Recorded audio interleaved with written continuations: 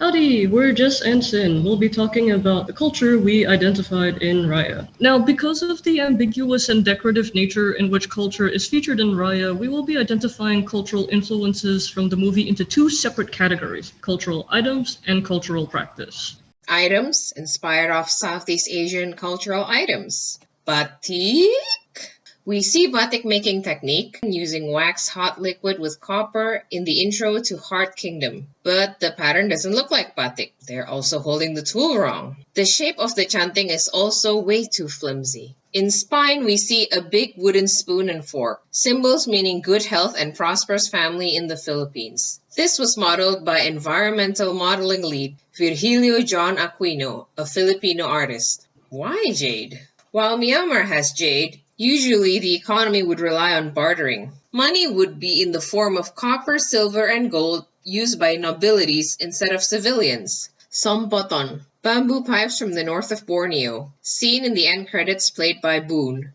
Cultural practices. Here we can see that Raya gave some offering to call for Sisu. She has lights, bantet, and single flower, water, and scroll. The water pouring part might have been inspired by Burmese water offering, but overall, the offering itself feels really lacking and really bare. It's like a fake imitation of what Southeast Asian offerings are supposed to be like when the concept of it is really prominent throughout the region. What Raya should have done is they should have taken the concept of sesajen and canang sari. Let's just compare it.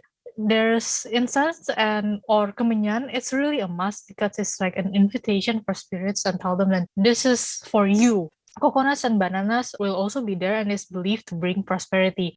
Another thing that's a must is flowers, and it wouldn't be just one blossom. There would be a lot of flowers, and it varies depending on local beliefs. Just the offering itself would be very abundant, and even if people are facing a hard time, they would adhere to these rules because it will motivate them more to give the spirits offering so they can fix their current problems. We see wayang kulit, a traditional shadow puppet play, twice in the movie. Wayang plays can be found throughout Southeast Asia and even in China, but its mystical and spiritual connotations are only found in their place of origin in Java, Indonesia. We first see wayang kulit in a colorful form in the beginning prologue, which is storyboarded by Indonesian artist Grizz. Then later in Fang, in its more traditional shadow form as a classroom whiteboard. Wayang kulit performances, although can take place in the daytime, are traditionally set at night and can go on for several hours. The puppeteer, not someone who is sitting on the side of the stage, narrates the story, speaks the character dialogue, sings, and chants to instruments like the gamelan, while being accompanied by a choir of men and women. Its audience isn't limited to kids either, like some Punch and Judy puppet show. Adults and people of all generations would watch a wayang kulit play. Treating the wayang kulit as some classroom whiteboard is grossly oversimplistic. In an interview, the Raya crew mentioned that the opening sequence reminds them of Thai shadow puppets, or, according to Adele Lim, wayang kulit Malaysian shadow puppets. Although wayang kulit performances can be found throughout Southeast Asia, including Malaysia, this doesn't acknowledge wayang kulit's origin as a mystical religious practice in Indonesia. Furthermore, in an extra, the shadow play of Raya was designed and puppeteered by Indonesians. This is important to acknowledge because Malaysia and Indonesia have a history of cultural tension when their cultures are conflated for one another. Wayang kulit was born out of Hinduism that arrived to Indonesia from India that eventually assimilated to local culture stylistically, especially when Islamic religions began spreading. To exclude Indonesia when talking about wayang kulit erases its origin of unique intersections in religion within the region. Musical instruments. We see an ensemble for a brief moment, but we don't hear it. Appears to be a mix of gamelan, pipat, and hasayang wayang instruments. This is strange since the Southeast Asian Sori Trust includes a gamelan musician master. Southeast Asian dance has its own complicated footwork and expressive gestures and facial expressions. Dancing is divided to folk dancing and stage performances. Dance is still widely practiced all over Southeast Asia. Only seen in the credits, Raya dances with her father, Benja.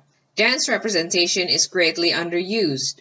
So then there's the cultural mannerisms. Despite how the film is advertised to have cultural research and even the social mannerisms of the characters, any attempt at keeping the acting authentic is overridden by American dialogue writing and pop culture references. In promotion for the movie, the crew mentioned working with anthropologist Steve Arunsak for details like sitting, picking up shoes, and respecting elders. But in the beginning of the movie, Raya refers to her dad by first name, something many Southeast Asians can't ever imagine doing, and he has to correct her by telling her to refer to him as father or ba. This is meant as exposition for the audience to pick up that they're related, but did it have to be so inconsistent with how Raya refers to him throughout the rest of the movie? It also feels like an on-the-nose way to tell Western audiences what ba means, like they're not smart enough to pick it up from context. Spiritual worship, on the other hand, is framed as fandom in this world. Dragons serve as life-givers in Kumandra, they create water and vanquish evil drones, so they're basically gods or some important spiritual figures,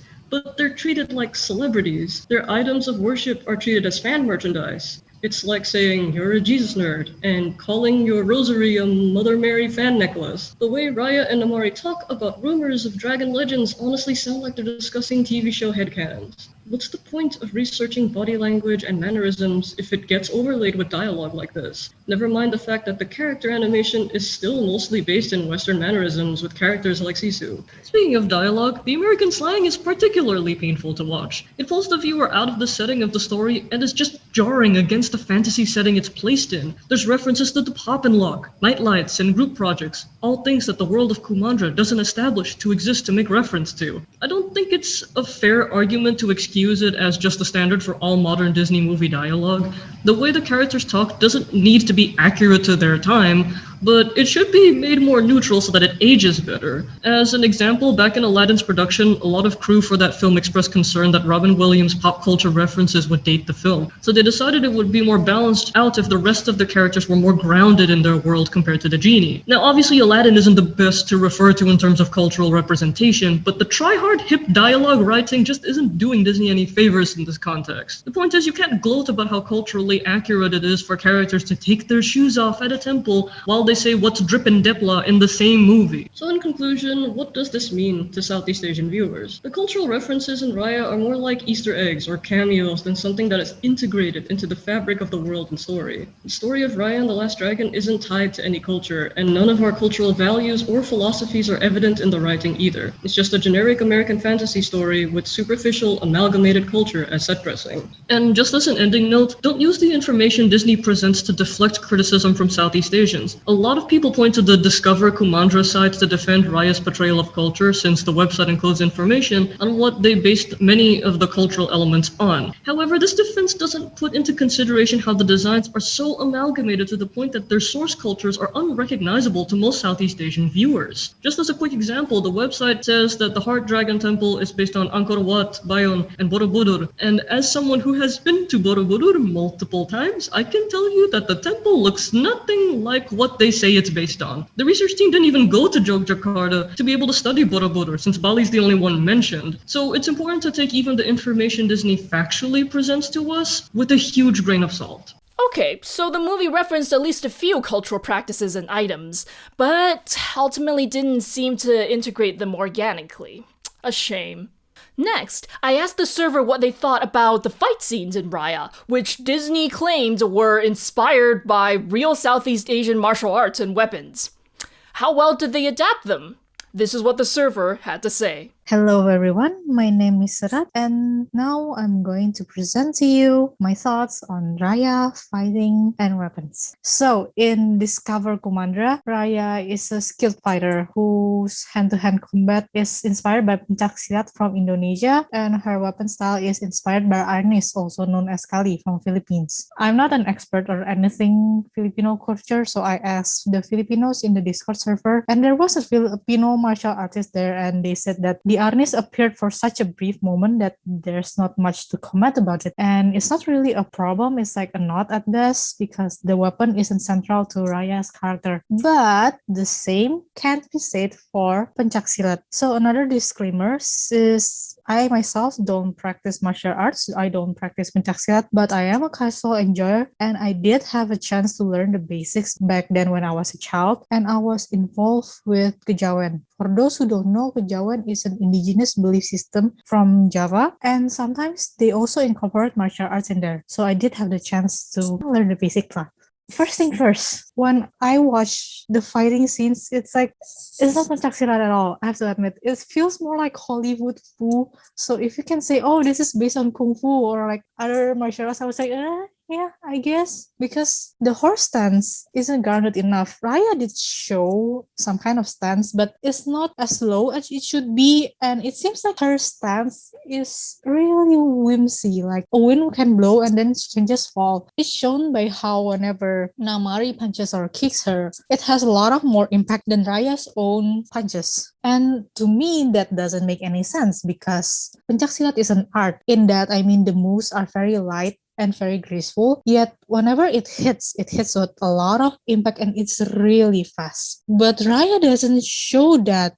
Her core and leg strength isn't really shown. It's like Namari can just swap her blows like very easily and that just doesn't make sense to me. And it's shown even further when Namari kicks Raya in the stomach. And she kind of takes some time to pick herself up. She kind of groan and hold her stomach. And to me, that's just not realistic because if you practice Silat, you'd know how to harden your stomach or parts of your body to take the hits. And at the end of the fight, Namari manages to catch Raya's leg and she seems surprised. And I was just, why are you surprised? Because if you practice pencaksilat, you know how to get out of a grip. So if you have to have the time, just go watch Asian Games 2018 and you can see that pencaksilat has a lot of pummeling and grabbing and locking your enemies and you get locked too. So the first thing you'd know is you know how to get out of here. So if Raya did learn pencaksilat, she wouldn't be surprised. She would use it to her advantage instead. And I feel like there's a lot of missing things from real pencaksilat that's not shown in the movie. Like pencaksilat isn't something that you can learn by yourself.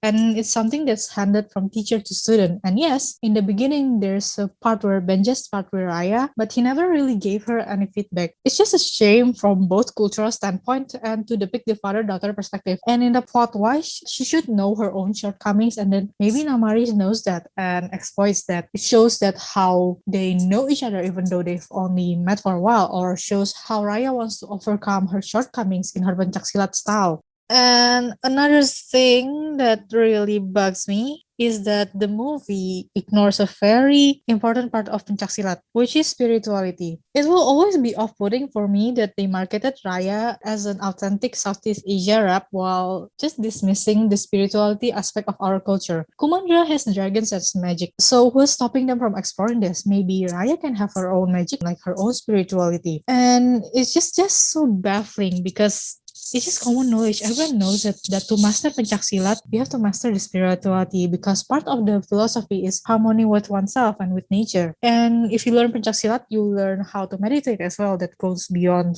Western understanding. In some places and forms, in the kejawen school that I was involved with, pencaksilat is even inseparable from the belief system. So pencaksilat is like an extension of how you would practice the said belief. So it's just like really off-putting that they excluded any spirituality or any characteristics of what makes pencaksilat a pencaksilat. It's just really a shame. Here's a video. It's from Showcase in Asian Games 2018. I'm going to show it a little to you. Here you can just see how they do the kuda-kuda stance or horse stance. It's really low. It's really strong. A teacher once said to me that to a real kuda-kuda is that you wouldn't be able to be swayed by anything. You would be able to hold your ground. And in this video, you can also see that there's a lot of grappling, a lot of throwing down your enemies. A lot of times you get locked and you would know how to get out of it. Raya would know how to get out of Namari when Namari takes her leg. You can watch the rest of the video by yourself. There's a lot of videos about the pencaksilat on YouTube. It's free. Disney could have used it. What Disney could have done to fix this is to hire Indonesian martial artists. They are there in Hollywood as well. Yayan Ruhian, he's famous for his choreography. He's in the Yakuza Apocalypse Raid series, John Wick 3. He had a fight scene with Keanu Reeves. There's Cecep Ari Rahman. He's a pencaksilat teacher. He's also in John Wick 3. He's also has worked for movies before. And there's Iko Uwais. He's the main character in Wu Assassins Netflix. And if you notice something, all three of them has worked in Star Wars before. So they know that there's an Indonesian martial artist out there in Hollywood that they can contact and hire for this. But they didn't. I'm just gonna leave it to you about like the lost potential of all of this. The inaccuracy, the feeling that I was robbed of a chance to see my own martial arts in the Disney movie. It's just such a shame. And now we move on to the other most prevalent fighter in the movie, Namaari. Namaari is an antagonist and warrior from Fang, and according to Disney's Discover Commander website, her combat style is based off Thai martial arts, Muay Thai and Krabi Krabong, the first being for her hand-to-hand and the latter being for her weapon styles. However, what we'll be focusing on, the martial art at least, is actually not mentioned in this website, but it is mentioned in the art book, the official art book published by Disney, and that is VieN. So as you can see here, it does reference VieN in this purchasable art book, not in the free website. But Namaari borrows, most notably, two of VieN's most iconic techniques, which are the high back fist technique, or at least one of the arrangement of high back fist techniques, known as Yamlo, and the flying scissor kick, which is one of 21 different takedowns called Donjen Denkong, and those are all kick-based takedowns, so kicks, flying kicks, just general leg techniques to bring your opponent to the floor. Interestingly, her weapons don't seem to be inspired by anything Vietnamese, which I suppose makes sense considering that it was supposedly based on a Thai weapon style. As you can see here, the polearm she uses is not reminiscent of either the Vietnamese polearms or their extended handled broadswords, because in this one, the blade shape is wrong, and actually in both of them, the blade shape is wrong, so that's definitely more Thai inspired. And her dual swords, again, the blade shape is wrong and they're too thin to be any of the dual weapons usually used in VieN. First, we'll discuss her use of the back fist, and it's a very short scene because it happens in a panned out shot, so you'd be forgiven for missing it. Yep. Again, it's less than a second, really, in the fight. And it essentially, she misses and the fight goes off without a hitch afterwards. But evaluating this technique for authenticity and also for, like, why you would use it in a fight for storytelling. Firstly, is this Yamlao? Sort of. It's very abbreviated from Namaari. You can see that she doesn't follow through with the reversed hand, so she only uses her upper body for this. It's a very abbreviated technique, which means that it's debatable how much effect it would have had. Yamlao is traditionally used against an opponent who's already on the defensive to daze them so that you can go in for a follow-up. However, in this scene, both fighters are running towards each other. Neither is on the defensive, they're both on the offensive. So it's very questionable whether this is a good time to use it, as well as if it would have worked for the intended purpose. So it is authentic in the execution, but sort of the why would you use it is shaky. And the second main technique is the flying scissor kick, probably more iconic. Here's a reference for it being used in reality, just for comparison's sake. So you might know Donjen Tenkong from Marvel's Black Widow. That's probably the one who popularized it far more. But this one is actually, it takes a lot more focus in the movie, so we'll be breaking it down based on its setup and its execution independently. The pros of its setup. It is used at a time when you would apply this technique, because unlike the previous one, she uses this when Raya is reeling back. So she does have enough time to set up and get a running start that's required. Secondly is that it does accurately portray the amount of momentum you need to pull this off, because you can see her rocking forward and then pulling back, because you need a lot of leverage to flip someone over your body with just your legs. Unfortunately, one of the biggest cons of the setup is seen here, where she's flailing around with her arms. That's generally not what you want to do, which is further made strange by the comment by Raya in this same scene where she says that someone's been taking classes, which implies that Namaari is supposed to be skilled enough to not be making these relatively common mistakes of of failed body control. Unfortunately for the execution, there aren't that many praises I can sing.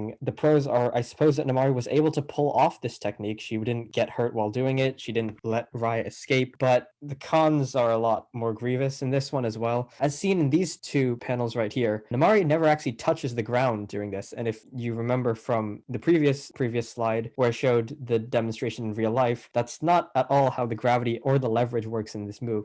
You're supposed to push your body against the ground and use that as leverage to flip the person over your body. So in this one, not only is this a lot harder and requires a lot more raw strength, but it's also an incorrect application of the technique, and it's very inefficient. Again, bringing into question how skilled she really is. And more importantly, perhaps, and at the very end, what you're supposed to do is you trap the opponent under your legs and leave their head exposed for a follow-up, like a punch, for example.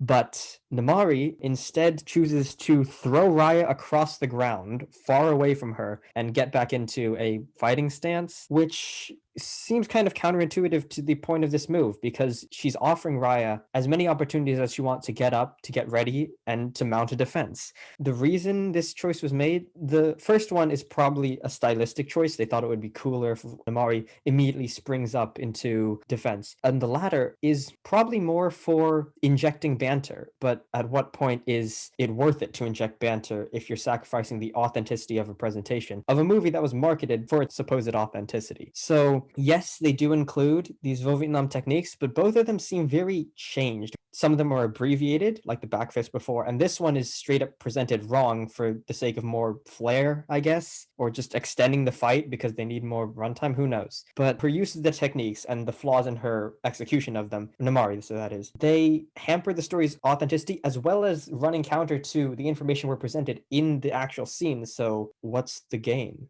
Now it's time to talk about Raya's keris. So, when the movie came out, there's a lot of debate on what Raya's sword is supposed to be.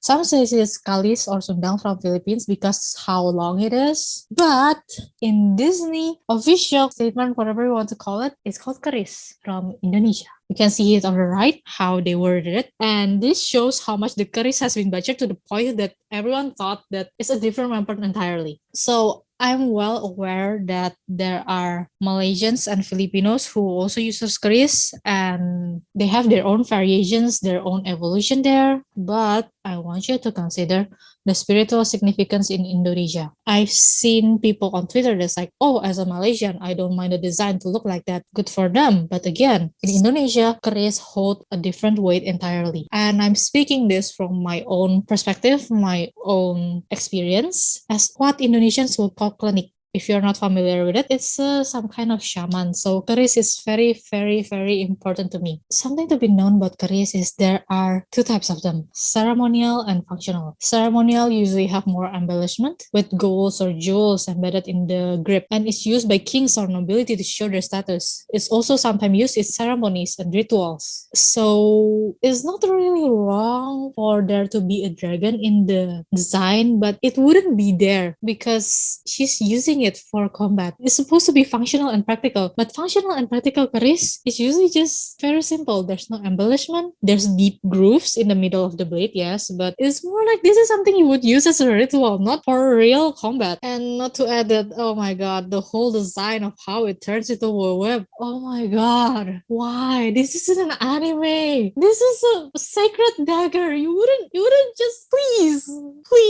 Why? Keris is a dagger, not a sword. And fun fact, keris is designed with wavy blades like that because it would kill. Because the kind of wound it would make with that kind of blade, it will be lethal. Oh my god, why? I'm so tired. For comparison, you can see this Chinese Jian. Look at it. Look at the anatomy. Look at the length. Look at how the hilt is shaped. It just feels like Disney just takes whatever sword and they just add some wavy blade on it and call it keris, call it a day. Where do I start on the anatomy? So, like I said, ceremonial keris might have some decorations or embellishment, but it's usually at the grip and it depicts animals or gods. So, a dragon wouldn't be wrong, but it would be again at the grip, at the curved grip, not at the hilt, because keris doesn't even have a hilt. It just ends with like a long edge of the blade. There's no hilt. Why would you do this, please? Please do not. You can see this in the picture of the right. There are ways in different ethnicities, in different culture of how to wear keris. But since I live in Jakarta, I visit on Java, and I'm more in touch with those culture, I'm gonna talk about the Javanese way of holding a keris. Any person with functional brain cells won't brandish their keris like Raya did, especially if you're a nobility or someone who's in front of a king. Brandishing keris like that means you are going to fight, you're going to rebel against your king, and it would get you killed on the spot. Javanese people are very polite, and a lot of things that they do has philosophy and meaning behind them. So they put it behind their back because it's to show, oh, I'm not showing any hostility. I don't want to fight right now. So if Raya was a really Southeast Asian character, or if this keris is supposed to be Japanese keris or something like that, you wouldn't use it like that. Just please don't. From a spiritual perspective, it wouldn't make sense for someone or anyone to make a sheet out of leather or whatever flimsy material Raya has for a scabbard, because it's just asking to be cursed, honestly. For a keris, you have to hold everything inside. You have to cover the blade. Just why? This is where everything turns into appropriation. Keris is sacred. Don't do keris dirty like this. Don't call it ancient, because spiritual practitioners still use it today. It's still used in ceremonies and rituals. It's still used by dukuns and pawang and whatever people who still practice spirituality. And if you ask any Indonesians, they'll know that keris has a heavy spiritual and magical connotation. So it's just like, oh my god. I mean, I know that a lot of this isn't written on the internet or on a book. Most of our history are oral tradition. This is why Disney can't replicate our culture with just like some basis research, because you have to talk to us. You have to ask us, what does this mean? What does this culture signifies? What is the philosophy behind this? And in the movie, I think they were trying to be cute with Raya taking her father's keris because, oh, this symbolizes her carrying his legacy. And no, just no. Because keris is made to fit. They are custom. They have their, what we call pamor or penangguhan. It means that they have their own personality. People in the old time would even call a meteor just to forge a good one for themselves. And because of the pamor and penangguhan, it means that they have some kind of sentience to a degree. They can even host spirits. And if the holder of the keris doesn't vibe with the keris, they would get cursed, or worse, even die. But if they do have a connection with the keris, they would have good luck, and it could even ward off nightmares. A good example of how important keris to us is the legend of keris Empu Gandring. It's about a keris that's used to kill the blacksmith who made it, and so the killer's bloodline is cursed to be killed by their descendants. There are even rumors that someone tried to throw in the keris into a volcano to destroy it, like one ring to rule them all. But no, the keris didn't get destroyed. They just appeared again in another place, another time. This just shows how important keris to our culture, and just throwing it like that for Raya is just so insensitive. Another reason why people don't just brandish the keris like that, like Raya did in the posters in the movie, is because when you draw a keris out of a sheet, it means someone has to die. It means blood has to be drawn. During the Majapahit era, keris is even used for executions. They drive the blade into the spot between the floating ribs, and it's said that the victim will die instantly. I mean, I don't want to try it out, but take my word for it, I guess. It's also used to signify social status, meaning that the more waves the keris has, it means the higher the rank in the nobility. And because of that, it doesn't make sense for Raya to have a keris, but nobody else has a keris, because it's like, what? It's used to signify rank. So if only one person has it, what does that mean? Why? Just calling out on the spirituality is just very, very offensive. They do still sell keris in certain cities in Java, in Solo, in Surakarta, in Jogja, but they always come with a warning label. You have to maintain it. You have to feed it with blood, be it your own or chicken. You can't just mess with it like that. And I'm just gonna give another anecdote about how scary a keris is, and it's not shown in this movie, that has magic and dragons, but the keris isn't magical. It's just so, why? So when I visited the National Museum, there was a level when it's full of keris. But even if you are not sensitive there about spirituality, the moment you step your foot in, you can feel how heavy the aura is. It's just like a lot of presence in the room, even though you might be alone. There was also a few keris that are still sheeted, and when I went there, there's a museum worker who just casually walked to me and said, "Oh, this one still has blood in it. We're not allowed to pull it out or clean it because it's from the Puputan War." Yeah, even museum worker doesn't dare to handle keris in inappropriate manner. They don't even dare to open a keris that's from a war just to clean it, even though it might rust or it might break, but they don't dare to open it. At the end of the day, you can do a fantastical take or something, but you can't remove the spiritual and cultural significance because, again, it would be appropriation. I just really wish Disney would use another weapon. There are many, many weapons that are distinctive to Southeast Asia, or even like we have similar variations of it. The first one is kujang. It's used by Sundanese people and is an evolution of the sickle. And if they want to do a fantastical take on it, it's okay because it doesn't have the same connotation with keris. And you can already see in the picture on the left that it looks very fantastical. It has a curved blade, it has rigid ends, and it has very intricate carvings both on the handle and on the sheath. So why not use that? It won't offend anyone and it will still look cool. And the second one is golok or sundang. Golok is the Indonesian word, sundang is the Filipino word. And this is used in a lot of Southeast Asia that has a lot of jungles because it's more of an agriculture tool that's evolved to be used as a weapon as well. Like you use it to open bushes or open area from the plants. The third one is celurit. People still use it today, like gang members even still use it, but farmers also use it for agriculture purposes to harvest. But you can see how big it is. You can see how it's also can have some fantastical take. It also doesn't have any magical or heavy connotation like keris does. So like again, you won't offend anyone. You can also use toya. It's like a long stick like in Kung Fu. And also a lot of martial arts have it. So like why? I think that's it. I'm just very tired. I hope you enjoyed this presentation. Wow, absolutely incredible. I love how we have people who can like break down the fights in the movie frame by frame. That is just amazing. But what if I told you that is not even the extent of expertise in our server? The characters in Raya seem to speak a Southeast Asian-ish language, and the server had thoughts about that as well.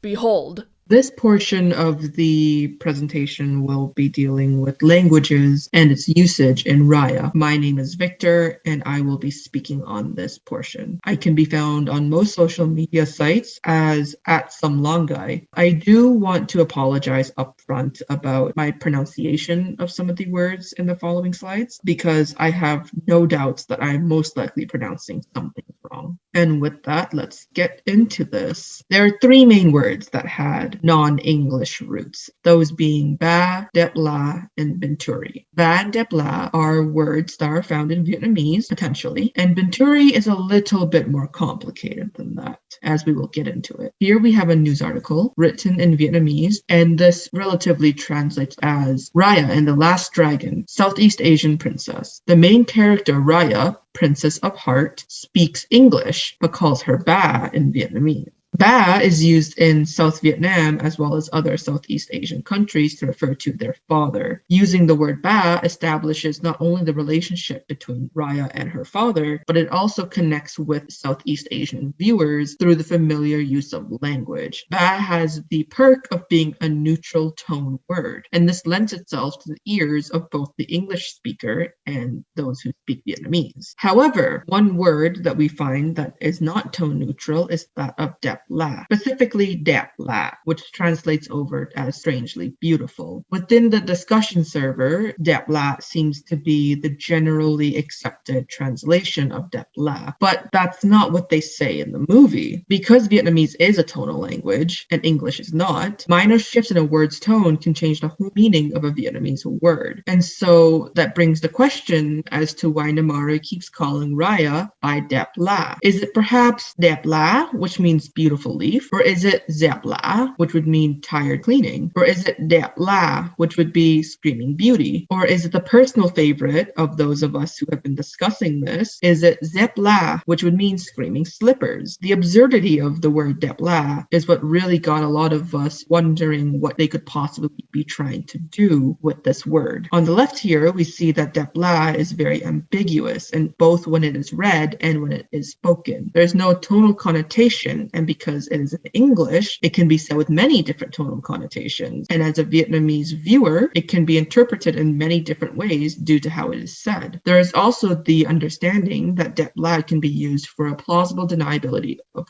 queerness. To call someone you just met, or to call someone you've met at all by Dep La, by saying that they are this strangely beautiful person, you are admitting to some form of attraction there. And seeing how throughout the movie, the people who use it most are Namari and Raya, viewers can't help but wonder if there is that deniability of queerness there by using Dep La. So we turn to the subtitles. Perhaps the subtitles will indicate some form of tonal shift and change. But as is seen here, the three times that we see the word Dep La, there is no tonal indicator. It still uses that very English and very neutral way of writing. So perhaps we turn to the Vietnamese dub. Perhaps the vague implications of Dep La are cleared up there. Let's hear it. Come with me, Dep La. Dep La? Stop, Dep La. Dep La. Dep La. Dep La. As we can see, it is just as confusing in the Vietnamese dub. It looks as though Disney, or whoever is doing the dub for the Vietnamese version, which I'm pretty sure is Disney, has gone out of their way to make Dep La as confusing and as neutral as possible. And now we move to Venturi. Venturi is used oftentimes in the movie as a way to insult people. And we can see on Twitter, as is shown in this article, Twitter enjoys that word very much. But Venturi isn't actually founded in any real Southeast Asian languages. Out of the three sole non-English words, two of them are Vietnamese and one is constructed. So this begs the question if Vietnamese is even the base language that is being used at all. Furthermore, when we see the few instances of script in the movie, such as this dragon scroll text that was shown during the childhood scene between Raya and Namari, this is not Vietnamese text, nor is it Sino-Vietnamese text. In fact, as we consulted the Discord server, it seems as though this wall of text is not part of any identifiable language at all. It does not seem to resemble Kawi or any of its derivatives, and David J. Peterson has admitted to having nothing to do with it. David J. Peterson being the one who created the language that is used in Raya. As we try to decipher the text, we notice that it does have repeated sequences, which is reminiscent of a real-life language. But because it has those repeated sequences, that confirms that it is neither the dragon summoning chant, nor is it the default text of Lorem Ipsum. The shape of the letters are very sharp, and that doesn't resemble the flowing lines in Pallava or Kawi or its descendants. So possible inspirations for this may be that it was based on a Kawi script, as we can see here, or perhaps the Pallava script, or maybe even the Brahmi script. But as we run these through, it becomes very clear that deciphering the Raya text in the Dragon Scroll doesn't make a translatable sentence. Most Southeast Asian scripts are descended from the Pallava script, which itself was descended from the Brahmi script, which also gave birth to the Nagari scripts and their derivation. We also know that Sanskrit is present in Southeast Asia. The earliest Sanskrit inscription in Southeast Asia is the Vaakan inscription found in 1885 in the village of Vaakan, which is about 4 kilometers from the city of Nha Trang in Vietnam. It tells of King Sri Mara, or Kulian, founder of the kingdom of Champa, now known as Vietnam. Sanskrit quickly permeated much of Southeast Asia, with even east of the region receiving much influence, mainly from trade. Hinduism also spread alongside Buddhism. Epics like the Mahabharata or the Ramayana received localization and new local remixes. So here we see this map. And for a quick history lesson, we can see that the Austronesian expansion went out from Taiwan, presumably after migrating from mainland China into the Philippines and westward into Micronesia, southward, and then westward to the Melanesian and Polynesian region. Though most of the Pacific was migrated into much later. And then eastward to Sulawesi, the Indonesian Nusa Tenggara, as well as Borneo, Java, and Sumatra, and the Malay Peninsula. And here, this is a map of the Austronesian languages. Malagasy, the Polynesian and Micronesian languages, and some languages around Melanesia, as well as languages in the Philippines, Indonesia, except for Papuan languages, and Malaysia are all under the Austronesian banner. This does mean that potentially there could be a Moana Raya crossover, but unfortunately, other than the one boat that was traveling from location to location, Raya didn't really have much boat travel otherwise. And so we come here to the Kumandran conlang, or Neyu. From the IMDb, we found that David J. Peterson designed the conlang used in Raya, which is called Neyu. Because of the names mentioned are Neyu in origin, it is likely the case with all names in non-English words, which would explain the origins of Benturi and Depla. David J. Peterson also designed the languages in Game of Thrones, like Dothraki and Valyrian, as well as the languages in Defiance, amidst others. The language of Neyu seems to have vowel lengthening, a and a in Namari, and able to make compound words. There is, however, no confirmation about its relation to the Dragon Scroll script and text. Here we have the Sisu summoning scene. The mantra here, which is Suva de Drasim, Mandra de Dralim, Bava de Dra Tomben. It sounds like it could be a Hindu chant, maybe, with the word mandra sounding like mantra. We originally thought it to be Gujarati, citing a forum post saying it is from a Google Translate voice recognition. But because of the confirmation that the names are in Neyu, it is likely that this scene is also in Neyu. Overall, the language usage in Raya is mostly a mess. There are moments that connect. There are moments of language-based queerness denial. But then again, there's also that plausible deniability of using that conlang of Neyu. The big question here is that there are many indigenous languages and alphabets that are derived from Sanskrit. So why didn't Disney just use those languages instead of making a whole new one? In conclusion,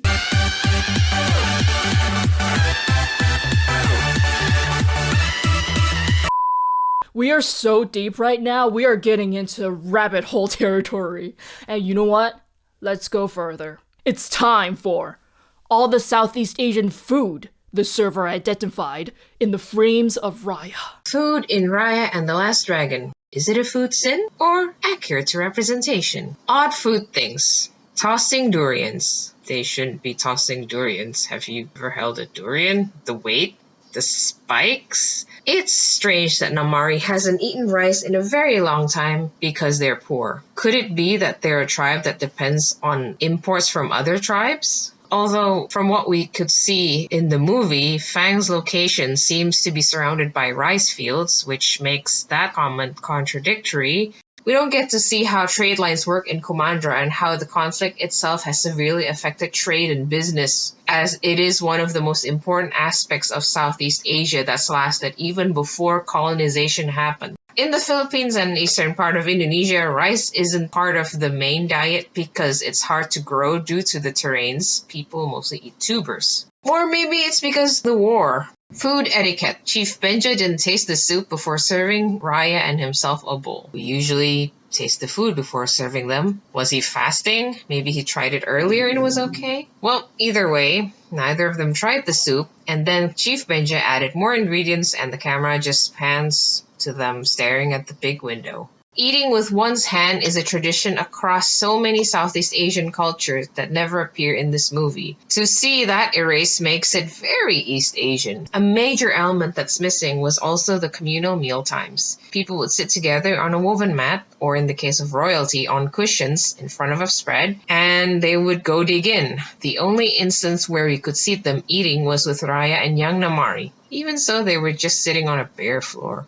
Southeast Asia and food facts. We presume that Raya is set in pre-colonial fantasy Southeast Asia. No pineapples, no visible imported foodstuff, or major assimilation of colonizers. However, despite the majority of this movie aesthetically drawing from Thai culture, it largely omits the unique ways Chinese culture, Buddhism, and European trade has influenced it. As we'd expected from a large palace, there would be legions of servants active at all times, including keeping thighs and food stores stocked. There would also be lots of people keeping pots burning, cooking over fires, pastries, you know the drill. It is very unlikely that royalty, specifically male royalty, would do anything close to manual labor, much less cook food. A lot of food made it into the end credits, possibly because a lot of concepts were proof but didn't get modeled and thus were relegated to illustrations. The movie presents sambal as disgusting and too spicy. Historically, Southeast Asian food has been derided as primitive and disgusting for our emphasis on strong flavors. However, we were pleasantly surprised that durian was not made fun of. Where's my goddamn rice, Disney? Tom Kha and Tom Yum were lovingly rendered and animated, but they're not exactly soups. They are main dishes in the Asian sense, which means they would need to be served with rice. In most places in Southeast Asia and East Asia, rice is the main part of the meal. In palaces where tons of people live and work, rice would be cooked en masse. And when we say rice is the main dish, it's not the same as like steak or roast. Rice forms the base with which everything we eat everything else from. There should have been a giant pot of rice in any kitchen that considers itself well stocked, let alone one in the palace. A brief history on rice. Royalty gets its power from land ownership, specifically arable lands, and control of food is how monarchs of most civilizations get their monopoly and tithes. If anything, nobles or royalty should have had a surplus of rice. Namaari not eating rice is one of the most unbelievable things in a movie with Elsa's persona and magic swords.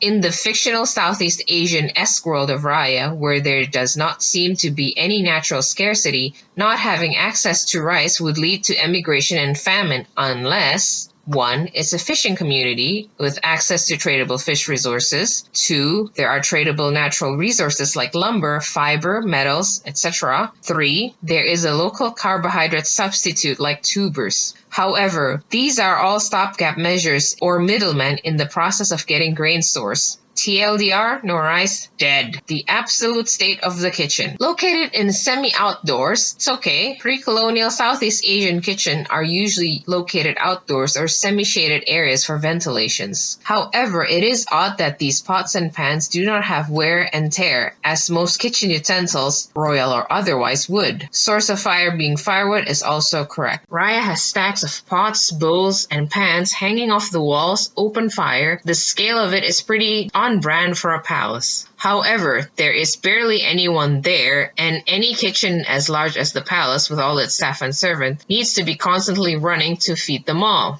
Some options: rows of mortars and pestles in the background. Making paste of any kind is a big operation and requires many people, much like weaving. Sheets laid out for drying herbs, flowers, and seeds. If this is indeed based off a Thai palace, it is likely that this would have taken place outdoors or offsite, but it is a helpful background piece with no animation needed whatsoever. A big cauldron, or a pot of rice. This is a major oopsie-whoopsie. Everyone eats rice, be it royalty or manial. You cannot subsist on pastries alone. In addition to that, there's spoon and fork in the kitchen where Raya and her dad was cooking. Spoon and fork were introduced by European colonizers to Southeast Asia. So does that mean at some point just Kumandra was colonized by Europeans? I mean, I know for a fact that it's supposed to be a fun Easter egg from the Filipino modelers, but the sanitization of royalty.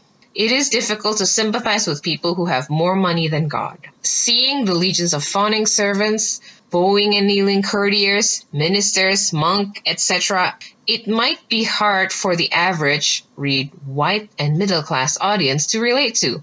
In Southeast Asia, the people's hero is usually royalty anyway, so there's no avoiding it in old epics and legends. It is a common trope in Disney movies about princess and royalty, but the absence of the oversized logistics required to keep any monarch running is very easy to see. Where's everyone? Why is the king doing the cooking himself? This looks like a museum photograph facelifted into a 3D render. It's empty, sterile, and neatly stacked. No kitchen in Southeast Asia is this neat. We promise you.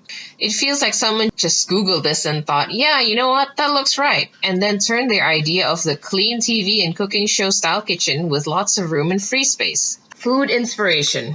The fruits. We could see that there's mangosteens, dragon fruit, and longans. There are also fruits like mango, banana, coconut, and watermelon, but it's very common, so we're not discussing that. Did you know that mangosteens are called the queen of the fruits? That's why the Pokemon Sarina looks the way she is. Dragon fruit, it's self-explanatory. Longans. Longans are not duku, dukong, langsat. They might look the same, but those three have clearer skin and their flesh come in several pieces. Also, their seed is green-white rather than dark in color. If anything, these longans are more similar to a variation called buah mata kucing, which means cat's eye fruit. These, however, are smaller in size and the skin is much rougher compared to a longan's smoother skin. Durian. Yeah, it's Southeast Asia. Durian. We need one whole slide for it. Can grow up to 30 centimeter in length and 15 centimeter in width. Can be very expensive. We first see durian introduced when Talon was explained by Raya early in the movie. Yep, the durian tossing scene. We don't usually do that because that's dangerous for everyone involved. We see durians again at the end credits. That's nicely illustrated. However, what are those? Are you telling us that those are the 3D durians? Unless this was meant to be something else, which we doubt because they went to all the trouble to introduce Talon with durians. Why introduce Talon with durians when we see no actual 3D durians at all when Raya goes to Talon? There were instances where there are something that looks like durian, but upon closer inspection, nah, they're just watermelons or dragon fruits. Where are the durians? Fruits like jackfruit, starfruits, kiwano or hornmelon, and soursops were considered, but it's highly unlikely. It might be sweet sops, but the segments aren't really spikes per se. If those are really durians, then that woman has a really great arm strength to be holding a basket with just durian in them. But then, movie poster. If you look at one of the movie posters, you can clearly see that they made a 3D durian model. So they have this model all this time, but never actually use them in the movie? Why have a durian model and not use it? Dishes, the easily distinguishable and also the ones that we approve of. Kumandra soup. First, we have the soup made by Raya's father based on Thailand's famous Tom Yum Goong. It looks lovely. It has all the ingredients from each tribe. Shrimp paste from tail, lemongrass from talon, bamboo shoots from spine, chili from fang, and palm sugar from heart. It is called Kumandra soup. It is a sour and spicy shrimp soup with kaffir limes, galangal, lemongrass, and a variety of seafood like cuttlefish and clam. Widely known as the signature dish of Thailand, it is a mix of many flavors comparable to stews, as its base is slow-boiling, unshelled shrimp, usually served with rice. This isn't the case in the movie. This one that appears for a few seconds. This soup looks yellowish compared to the previous one. It is most likely tum ka kai, a coconut milk and chicken-based spicy and sour curry, milder than tom yum. The yellow things in it are possibly mangoes, although why they are yellow rather than green unripe mango is unclear. The cubes look like soft tangy pork blood tofu, a southern Chinese dish that is also found in some soups. The historical connection is unverified but not impossible. This is Boon's special shrimp congee. Vietnamese cuisine does involve congee called chao. There are many variations, but from the picture alone, it could be chao with shrimp and green onions. It could either be chao tom or chao tom ko, dried shrimp version. Thailand also has a congee dish called jo, which has variations with shrimp added. Also found a recipe for Thai shrimp congee. Unclear if it's the same jo, variation dish, or something else altogether. Cambodian borbor most commonly uses pork or chicken, but occasionally dried shrimp as well. Dried shrimp is generally tiny, but the shrimp depicted looks diced. All these also appear for a few seconds during the credits. This is Khao Niao Ma Muang, or mango sticky rice, a dessert from Thailand. It is made from glutinous rice, fresh mango, and coconut milk. In Malaysia, it's called pulut mangga, and in Cambodia, it is known as Bay Dom Nabe. Comes with palm sugar on the rice. This is likely a goi con, spring roll, dessert from Vietnam. A signature Vietnamese dish traditionally consisting of pork, prawns, vegetables, bún or rice vermicelli, and other ingredients wrapped in Vietnamese bánh chang or rice paper. This offering Raya has prepared for Sisu resembles Vietnamese bánh tét, a cake made from glutinous rice often filled with mung beans, pork, wrapped in banana leaf, traditionally consumed during Tết or New Year's. These, in Malaysia, are called kue lapis, literally layer cake, or kue lapis in Indonesia. They're made from rice flour, wheat flour, tapioca flour, sugar, salt, coconut milk, oil, and food coloring. In Malaysia, variations of pink and red are popular, but the green ones are usually pandan flavor. It could also be kanom chan from Thailand, a dessert made from steam batter of starch of different consistencies, rice, tapioca, and arrowroot, coconut milk, sugar, and a pinch of salt. They look flatter than the former dessert. Cambodians call this num chek chan. They're made the same way, like in Thailand, but generally the same height as Malaysia's and Indonesia's. Vietnamese ban salon are similar to the ones in Malaysia. Let's see what we have here. Round and green spheres on some kind of leafy looking layer. While it's hard to say for sure, this seems to be another Malaysian or Indonesian dessert. In the former, it's called kueh gula melaka or onde onde, while in the latter, it's klepon or klepon. They are sweet rice cake balls with a chewy texture filled with molten palm sugar and covered in grated coconut. And here, we've got what seems to be chendol. It's a shaved ice dessert that contains strands of green rice flour jelly, coconut milk, and palm sugar syrup. Some alternative names for it are es chendol, dawet, and lot chong. A common Malaysian variation includes red beans and corn. And because us Malaysians are that indulgent, it's not uncommon to see our chendol with vanilla ice cream and even durian. Yes, durian, the king of fruits. Okay, in all honesty, when I first saw this, I legit thought it was some kind of woven rattan ball, which is used in a sport called sepak takraw. However, it's not. It actually seems to be a Thai delicacy called mu sarong, which is pork wrapped in noodles that's deep fried. During the end credits, there's a brief shot of food in the bottom right corner before the camera pans to the left and oh, I see. This is almost certainly nasi lemak, a fragrant rice dish cooked with coconut milk and pandan, and usually served with cucumbers, fried anchovies, peanuts, boiled eggs, and shrimp sambal. Sometimes, they are accompanied by fried chicken or beef rendang, and I don't mean crispy rendang either. The meat skewers look like satay, a Malaysian, Indonesian, and Singaporean delicacy, which is grilled meat, beef, and sometimes even fish, served with peanut sauce, usually with cucumbers, raw onions, and occasionally steamed rice. Over here, we have some kind of food wrapped in leaves and pinned with skewers.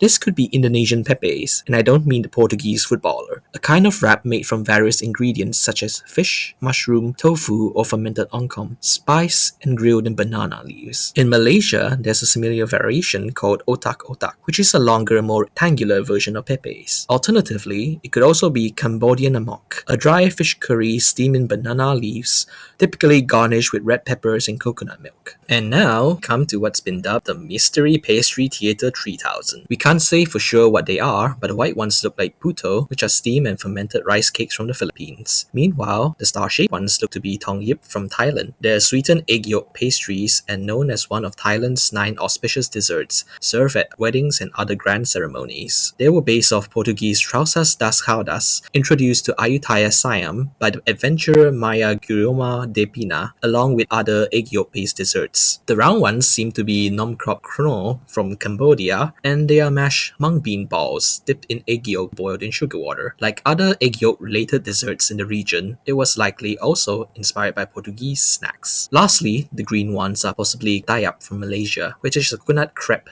with sweet grated coconut filling. The wrap is pandan flavored pancake, while its filling is sweetened brown sugar. Here we have what seems to be a fruit platter with some kind of dipping sauce. Again, there's a clear Southeast Asian origin. This one seems to be Mamuang Namplawan, a Thai treat, which are green mango slices with sweet and spicy fish sauce for dipping, usually made out of dried shrimp, fermented shrimp paste, and chilies. There's a variation of this called rojak in Malaysia and Singapore, or rujak in Indonesia. They're a mixture of sliced fruit and vegetables such as guava, pineapple, cucumber, and fried tofu in a spicy palm sugar dressing, or alternately belacan, sugar, chili, and lime juice. Because of that, it's often described as a tangy and spicy tasting fruit salad. And now for some of the more questionable food portrayals in Raya and the Last Dragon, to put it mildly. Back to the poster mentioned in the durian slide, we have this mystery fruit on its bottom left. Compared to the basket lady's mystery fruit, they seem to be two different things entirely. We have no idea what the poster's fruit is. The Closest approximation is a combination of a horned melon and a starfruit. We now know this isn't durian because we've seen one of those in a movie poster. So what could it actually be? Its closest equivalent is the atemoya, a crossbreed of fruit native to the American tropics.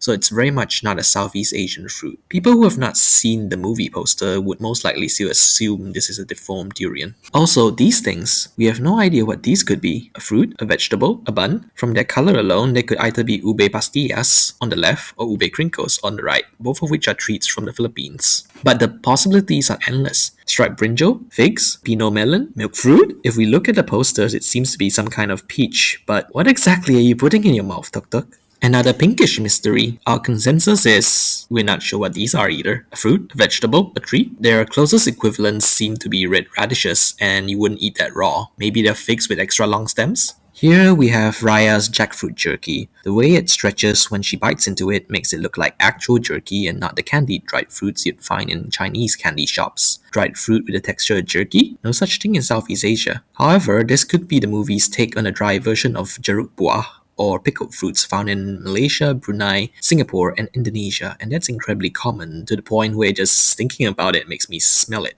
Seriously, it's that distinctive.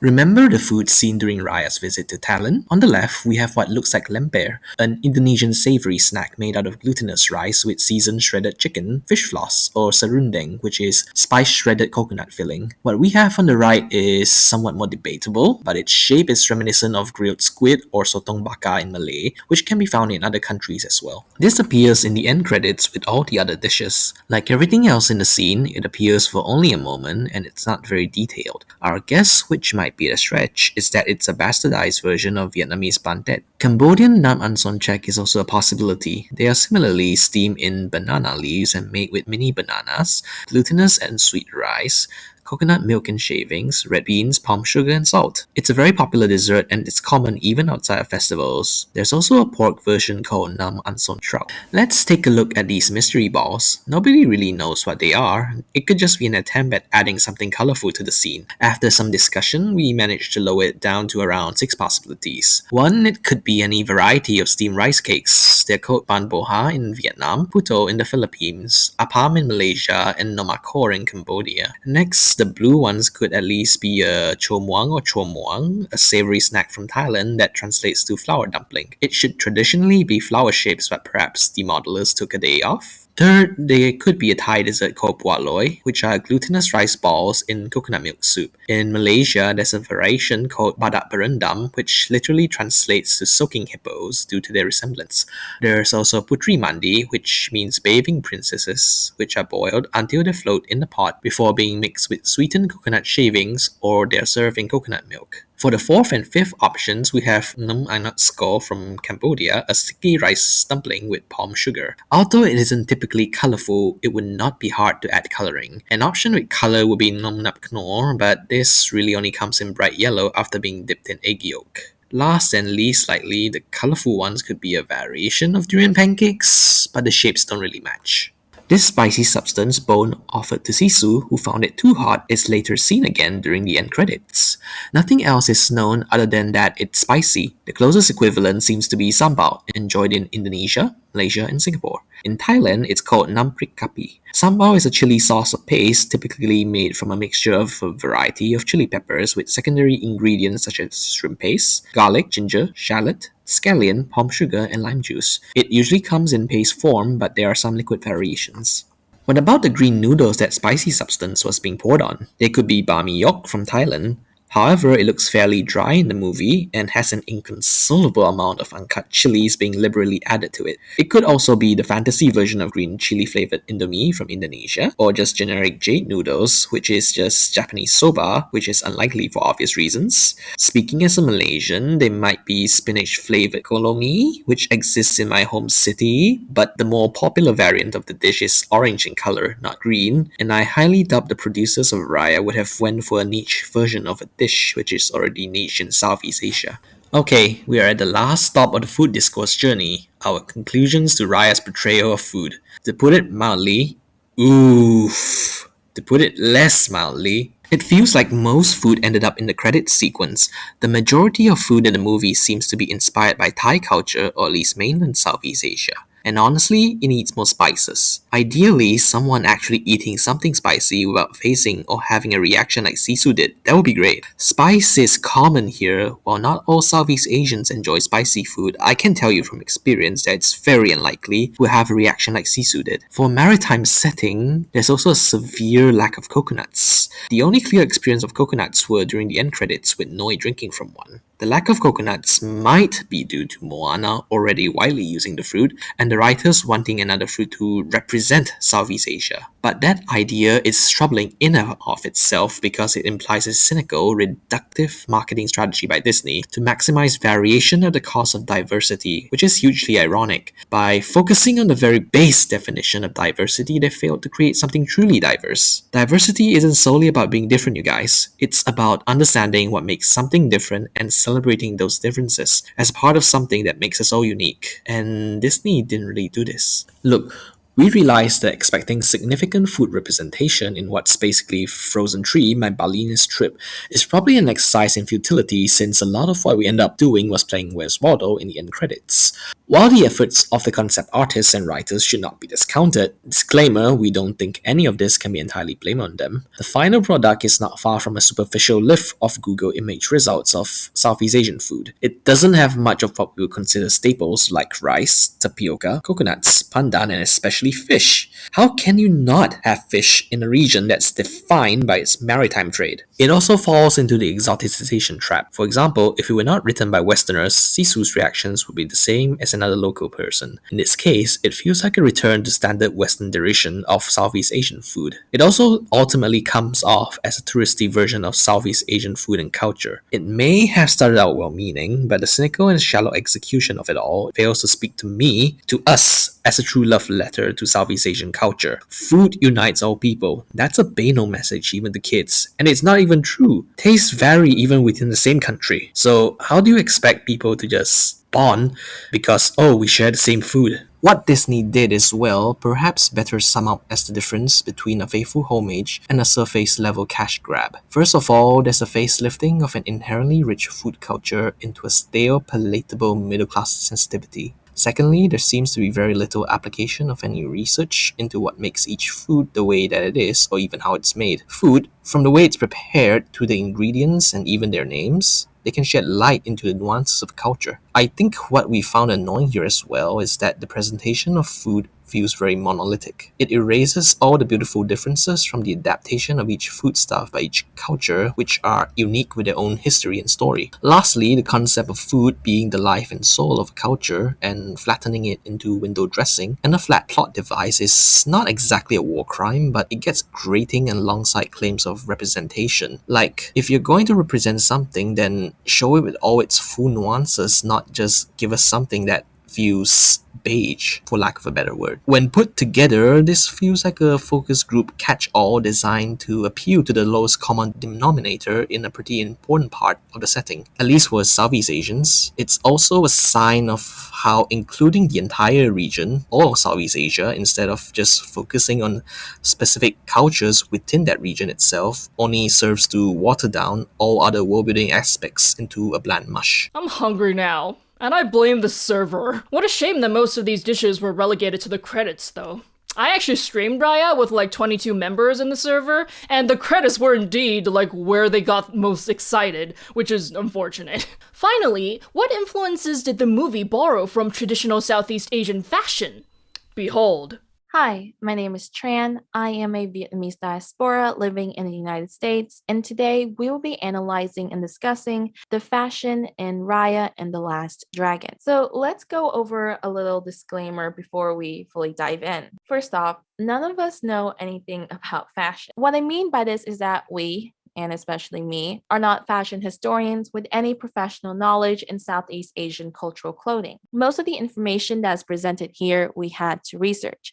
And while we are Southeast Asians and some of us may have knowledge in certain topics, we are by no means experts in the field. So if there's anything that may contradict what you know, or if you're an expert in something, I'm sorry, and we tried. Some of the slides have a massive wall of text. I will just be going over the main points of what's on there, and you guys are free to pause the video and read what's there if you want to.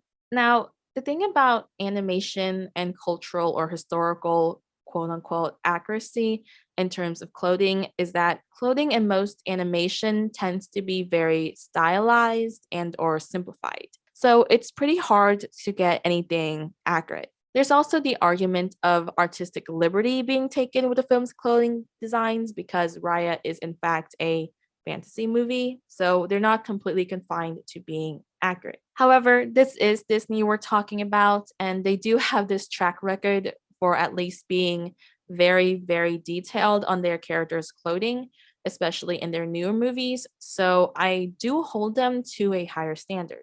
I do speak Vietnamese, admittedly not the greatest, but I do speak it. And I speak Vietnamese with a Southern Viet accent. So for all the Viets out there that might call me out on my Viet pronunciation, please keep that in mind. I'm trying. That being said, I only know Vietnamese and English. So for certain words in other languages, while I try my best to say them, I apologize if I mispronounce anything. A lot of the clothing you'll see us talk about has different looks depending on the time period and country.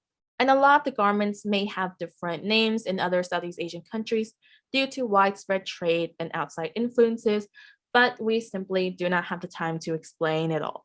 According to The Art of Raya, the time period of the film is set sometime between the 9th and 12th centuries. That's still roughly 400 years of history. A lot of things can happen in 400 years. And while fashion trends didn't change as often in the past as it does now, that's still an ample amount of time for styles to evolve, especially from 11 different countries. Can you condense 400 years of history in one 2-hour film? No. Which leads me to this.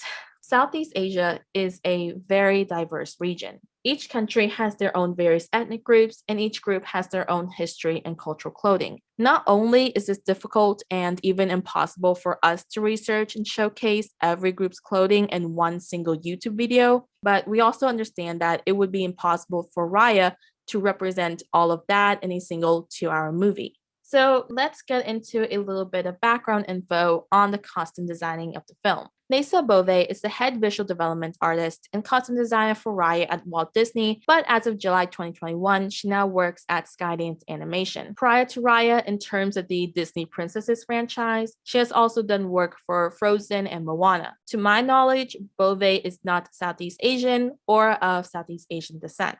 According to both Times as well as the official Disney website, the production team of the movie only visited 7 out of the 11 Southeast Asian countries, so these were most likely the ones where they got their main source of inspiration from. In terms of textiles, from the Art of Raya book, the production team consulted a textiles expert from the USC Pacific Asia Museum in Pasadena, California. According to Nessa Bove, Raya, as well as her father and many other characters, can be seen clearly wearing what is known in Cambodia as a Sampat Changkaban. Inspired by the Indian dhoti, the Sampat Changkaban is a unisex garment that serves as pants and can be called the pants version of the Sampat. From picturing femininity, portraits of the early modern Siamese women, quote, "It is a garment that resembles loose breeches.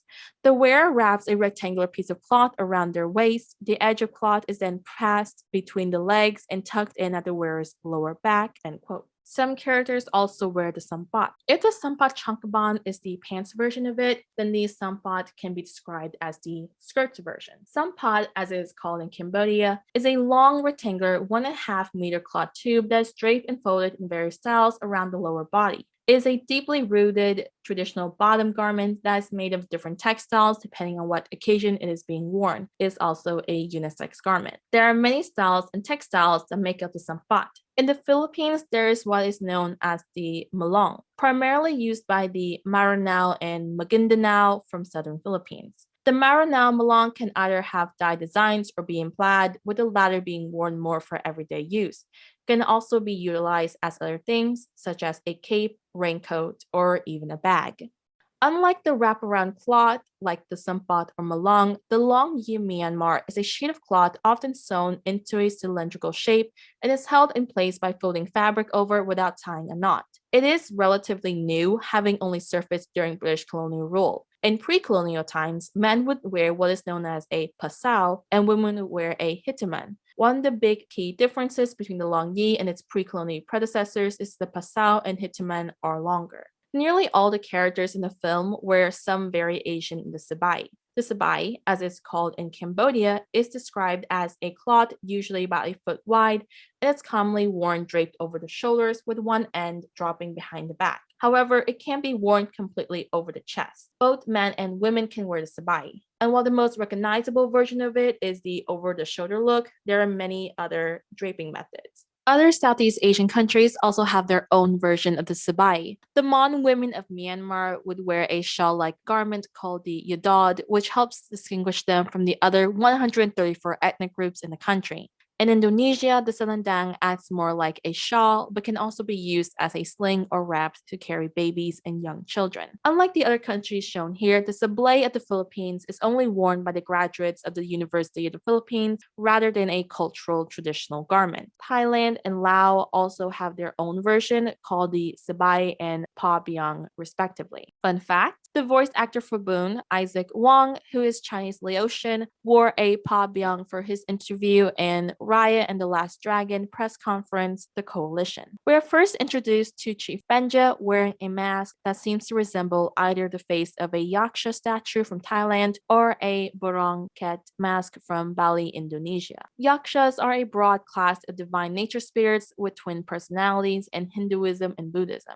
In Buddhist literature, Yakshas are benevolent giant guardians that protect the righteous, and statues of Yakshas in front of Buddhist temples can be seen across Thailand. This resemblance draws parallel as to how Chief Benja is Raya's guardian, both in the sense that he is her father and that he saved her from being taken by the drones by pushing her off the bridge. Raya can also be seen as the righteous one in her desire to find Sisu and rid Kumandra of the drones. People have made comparisons between Chief Benja's mask and the Borong. However, the characteristics are far too different, as Chief Benja's mask lacks the flair and intricacy of the Borong mask. It's something that is long and very heavy, definitely not meant to be worn in battle. It's also important to note that the Borong mask is something that cannot be worn just by anyone at any time. Borong is a Javanese and Balinese spirit, although more well known and bears more significance in Bali. This coloring of a Borong mask is extremely important. It has to be red as opposed to Rangda's white mask. Both the creature and the mask are considered sacred, and the dance that depicts the story of Borong versus Rangda can only be done on certain days, and the wearers have to go through extensive rituals before the dance. So if Benja's mask is truly a Borong mask or based off of it, Chief Benja is just asking to get possessed. In the film, as well as promotional pictures, Raya is wearing a conical hat known as the salakot in the Philippines. The salakot is a headwear commonly known to be worn by the Tagalog and Kapampangan peoples of the Philippines, but many different groups also wear this headwear, each with their own different designs. Most are made of bamboo, palm leaves, and rattan leaves. They can be coated in a resin to make them waterproof and are usually worn as protection from the sun. Different decorations such as tassels, feathers, or beads can be added to show wealth and class. When we first meet the people of Tail, we see a woman standing beside the Tail chief wearing a shirt with these wavy patterns. The wavy patterns on the woman's shirt might be based off of the Luntaya Akshik textile from Myanmar. Luntaya Akshik translates into 100 shuttles and is called this way due to the time-consuming and complex weaving process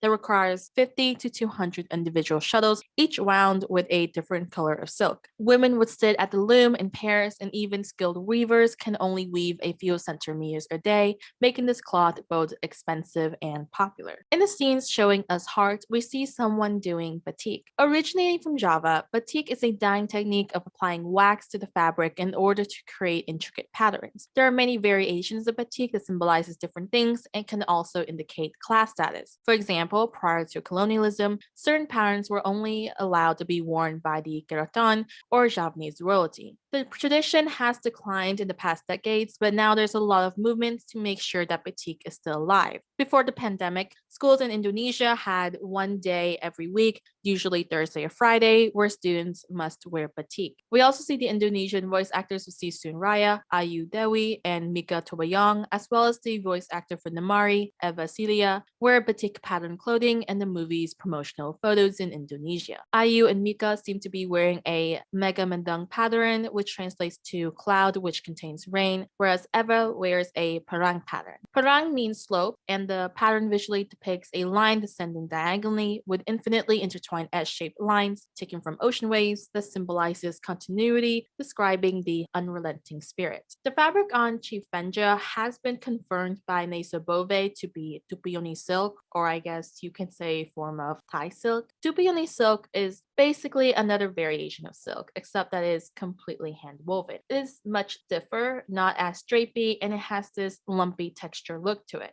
However, the silk does have a soft, shimmering glow effect compared to the bright shine that most would associate when thinking of silk. This fabric is more stiffer and is best to make tailored or structural looking clothing, so ball gowns, suits, skirts, and cocktail dresses are often made out of Tupioni silk. The thing is, Tupioni silk is more associated with India because they are one of the highest manufacturers of this fabric. Now, Thailand does have Tupioni silk and they're made from Thai silkworms instead, but it really is just the same thing, to be honest. There isn't that much of a difference in how it's made or what it looks like. Raya's outfit seems to be based off of a female Bokator fighter costume. Bokator is an ancient Khmer martial art form that involves close hand-to-hand combat, ground techniques, and weapons. Introducing Mina Lei. This is not the first time that the cultural aspects of fashion in Raya have been discussed before. We did include some of Mina's information in this section of presentation, though we will not go over or go too in-depth with them because we highly encourage you guys to go and see it yourself. Mina did an absolutely phenomenal job with her research and presentation.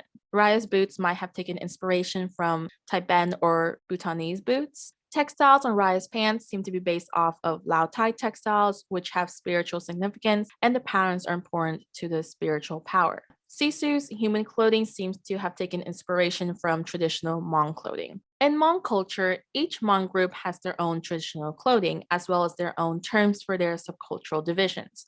In English, groups are often named after the dominant colors or patterns of their traditional clothing, style of headdress, or the provinces from which they come from. According to oral history, long ago, when the Hmong were still concentrated in China, they were forbidden to use their original written language, which was made up of picture symbols. So the women started sewing the symbols onto their skirts to create messages, disguising them as patterns. Over the years, many of the meanings have been lost to time, but historians are trying to save what they can. Today, no one can fully decode these messages because the original language's meaning has been lost. Other Southeast Asian inspirations found in the film. Again, if you want to know exactly what these are or the history and cultural significance of them, please check out Mina's video. All in all, if you were to map out Raya's and Namari's clothing, given the information we gathered from what we found and what Mina found, this is what it would look like. Admittedly, not bad. Assumptions.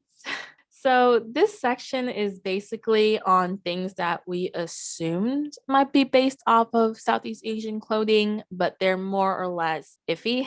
It's very possible that there are things that the design team did research on and add in the movie. And it's also very possible that they just got lucky and were finding something when there really isn't anything. But we're just going to give them the benefit of the doubt and say that there was a purposeful effort to have something there. First off, it seems as though upon closer inspection, each land does have their own style of head wrap or turbans. Similar to that, a lot of Southeast Asian countries do have their own style of head wraps, but the style of Kumandra does slightly resemble the many versions of the Semutar of the Kelantan people from Malaysia. Semutar translates to headwear, and it's commonly worn by lower class or civilian men and can be wrapped from about anything, loose cloth, towels, etc. Historically, it symbolizes a class of the wearer, as it was more common to see working men wear it in order to protect themselves from the sun when working outside. Nowadays, it's mostly worn by elderly laborers. I thought that was interesting to find that the first designs of the tail guards have them wearing head wrap styles similar to that of the Pao people of Myanmar. They're the seventh largest ethnic group in the country, with their traditional clothing majority consisting of a colorful turban alongside black or navy blue clothing. The Pao used to wear colorful clothing until King Enareta defeated the Hmong king Makuta of Taton.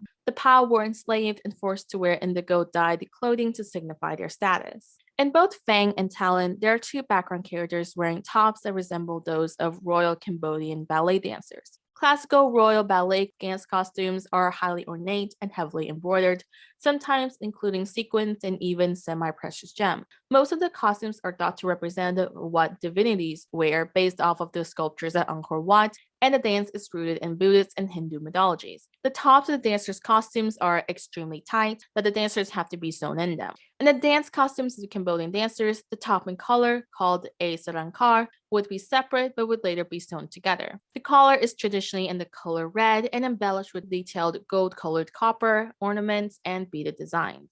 The patterns on these background characters and talent and the patterns on Raya's mask seems to be inspired by Songket fabric. Songket is often associated with the Srivijaya Empire in the 7th to 13th century, a time when maritime trade was at an all-time high. It is a luxurious textile intricately patterned with gold or silver threads that stood in contrast against the background cloth to create a shimmering effect. The term Songket comes from the Malay word sangkit, which means to hook, referring to the method of hooking and picking a group of threads and then slipping the gold and silver threads under it. It is still considered a luxurious and prestigious traditional fabric, only worn for special occasions, religious festivals, and traditional social functions, and is often used in weddings.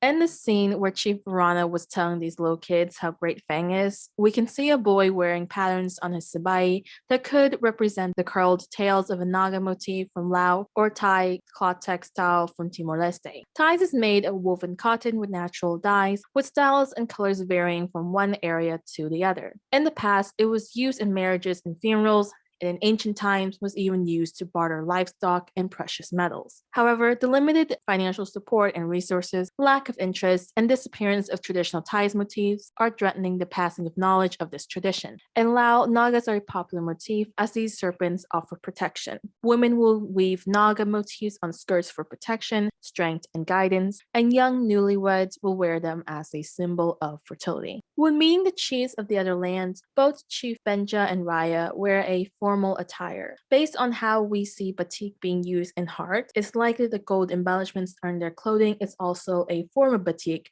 specifically batik Prada. Batik Prada are used for ceremonial clothes that would be decorated with gold leaf, paper, dust, or threads.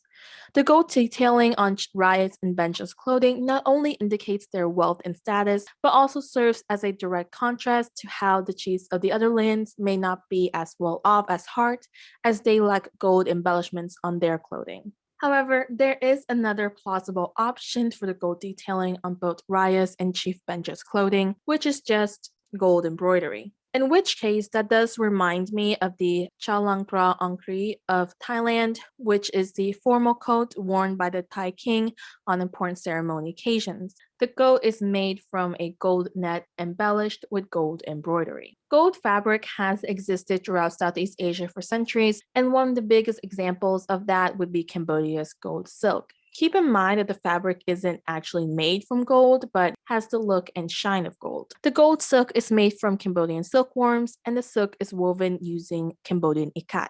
Cambodia's gold silk dates back more than 1,000 years to the Khmer Empire, which flourished from the 9th to 15th centuries. Throughout history, this type of fabric was worn only by royalty, and the weaving and processing technique of the gold silk was almost lost due to Khmer Rouge in the 1970s. Nowadays, there's an effort in trying to bring back the technique and continue the tradition.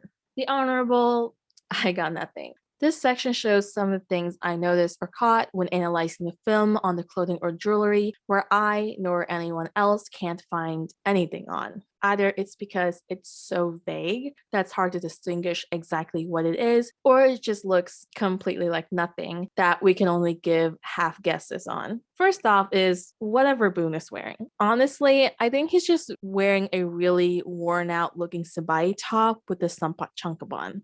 That's pretty much it. As for Noi, okay, so here's the thing. There's not much written about what toddlers or babies wore in pre-colonial Southeast Asia. Makes sense because admittedly, most of them just ran around in their birthday suits, they're wrapped in a blanket, or they're just wearing cloth diapers. And there's nothing interesting about that. Tong wears a forearm guard with a face design that seems to be based off of the Ifugao Bakunawa mask from the Philippines. Now, the thing about these masks is that they do definitely exist. However, I cannot find any information on the cultural significance or true origins of the mask other than that they're sold to tourists as souvenirs. Raya's little ponytail holder. Now, in Southeast Asia, there are hair ornamentations. Lao has a hair cone, which is basically a stuffed black cone used to form the high bun shape that's then wrapped with gold-colored beads, but these are used for top buns. And while I included a photo of a ponytail holder from Thailand, I cannot find any information about it that in context to it being part of some traditional wear. So it's probably just an addition for aesthetic reasons. Also, the fact that the gold ponytail holder has a face makes it similar to this Indonesian arm bracelet. These arm bracelets are usually very intricate with floral designs. If a face were to be put on it, it would be a god's or a burung. These cone-shaped hats worn by these background characters could either be the tanjak, aka headdresses, or the satang, based on their shape. At the end of the movie, we see a couple of background characters sport this type of cylindrical hat with what appears to be flaps at the side. While this may be just nonsense clothing from Disney, perhaps it was meant to reference traditional Hmong headwear, though to be quite honest, it reminds me more of the bucket of water you find in most Southeast Asian bathrooms that you would use to wash yourself with, or, based on the flaps, a Russian fur hat. So all in all, what have we found? First off, the main influence in the fashion of Raya is mostly from mainland Southeast Asia, particularly Thailand, Laos, and Cambodia. And the common look that the characters wear is a sabai top with a sampat or sampat changkaban. It was a good decision to pick the sabai as the main top option for the movie, as this is a very versatile clothing, meaning that there's a wide range of looks they could have pulled from. The same could be said for the sampat changkaban. In terms of the clothing for the background characters, I do find it nice that they try to incorporate a lot of elements of the design language of each land into the characters' clothing, primarily in the patterns and textiles. It also makes sense that the background characters would dress more plainly in comparison to the main characters, as the goal of the production team of Raya wanted the background characters to all feel as though they're part of each land, but are still inherently detailed and unique without drawing too much attention away from the main cast. And while there's nothing inherently wrong with any of this, and the outfit themselves don't look too horrendous, if this was a movie that's supposed to represent all of Southeast Asia as Disney claimed, then the fashion of Raya did not reflect that. Which leads us to major issues when it comes to the fashion of Raya and the Last Dragon. First, the hair. While the hair in Raya isn't terrible per se, it is pretty plain. The hairstyle you see the most in the film is often some form of top bun, braids, twin tails, covered by a head wrap, or worn down. The biggest exception would be Namari and her mother, who both have side cuts, and maybe Chief Deng Ha, but that more applies to his beard. In terms of hair texture, the characters tend to have majorly straight hair. As for Raya and Namari, while their hairstyles do look good on them, it is impractical for combat. There were many different looks of Southeast Asian hairstyles, which often serve as an indicators to a person's social class, such as the women's hairstyles of Myanmar during the Rakhine era some 500 years ago. However, there were styles that did emerge, mostly due to trends like the ban lai that was popular amongst southern Vietnamese women during the Nguyen dynasty. Southeast Asians do have textured hair, often wavy or curly ones. These celebrities from Indonesia, for example, have wavy or curly hair texture. And in Indonesia, people would call wavy hair rambut ikal. As for Namari's hair, women did have short hair in Southeast Asia, such as was the case in Thailand up until around the 1900s. Namari having short hair is fine. However, the side cut was a choice. It would have been more interesting if Namari had a short, almost crew cut hairstyle, or even put her hair in a top bun, as the latter was more common amongst warriors and fighters. The same could be said for Raya as well, but I guess those hairstyles wouldn't be pretty enough for Disney. While some of the characters did wear jewelry, it's mostly armbands and bracelets with the occasional necklace. Now, you can argue that most of the characters were background characters and are likely of the lower class, thus it makes sense that they wouldn't have access to any extravagant jewelry compared to the chiefs and their respective families. However, gold in pre-colonial Southeast Asia was practically abundant that, in some cases, even the lower class would adorn themselves in gold jewelry and accessories just for everyday wear. To quote the article, Gold in Early Southeast Asia by Anna T. N. Bennett, Southeast Asia was known to the Indian merchants of the first millennium BPE as Suvarnabhumi, land of gold, which is thought to refer to the mainland, including Lower Burma and the Thai Malay Peninsula, and Suvarnavipa, islands of gold, which may correspond to the Indonesian archipelago, including Sumatra. The historical sources inform us that the Chinese were clearly impressed by the quantities of gold present, and there is evidence to suggest that the gold deposits were one of the stimulating factors in the development of early contacts with India and China, end quote. And just how prevalent gold was in pre-colonial Southeast Asia can be best exemplified by the Philippines. Between the 10th and 13th centuries, the Philippines had the second largest gold deposit in the world. A 2016 exhibition held by the Asia Society and Museum in New York featured a wide variety of pre-colonial Filipino gold works, ranging from tiny gold tweezers to decadent pieces of jewelry, revealing that the natural gold resources were readily exploited by the local people during those times. It's also very important to note that one of the big reasons why Spain even decided to colonize the Philippines originally was to steal their gold. Here are a couple more examples of how prevalent gold was in Southeast Asia. So, no tattoos, none at all. Tattoos are arguably one of the most interesting and even defining aspects of pre-colonial Southeast Asia, possessing a long history that represents the belief and social status of the people. The tattoo culture was both rich and prevalent in both mainland and maritime Southeast Asia for hundreds and thousands of years, up until outside influences changed the narrative of how tattoos were viewed. To quote Henley and Peratt, in Southeast Asia, it was from Indic, Islamic, and Western quarters that tattooing and similar traditions came under pressure. In the archipelagic Southeast Asia, tattooing was under sustained attack from the 16th century onward in connection with mass conversions to Islam and in the Philippines, Christianity. Both religions had doctrinal reason to deplore what they saw as superstitious, if not diabolical practices involving mutilation of the God-given body. In Indonesia, Malaysia, and the Philippines, as in China and Japan, the tattoo ultimately became almost synonymous with criminality, end quote. But since Raya is set in a fantastical world where colonialism did not occur, it would have made sense that each land of Kumandra would have some type of tattooing tradition. Early designs did show characters with face or body tattoos, but were later scrapped. Now, one reason could have been due to the amount of time and energy it would have taken in order to design tattooed background characters, but Moana, which Disney made in 2016, did show that designing tattoos on characters who are on screen for less than a minute could be done.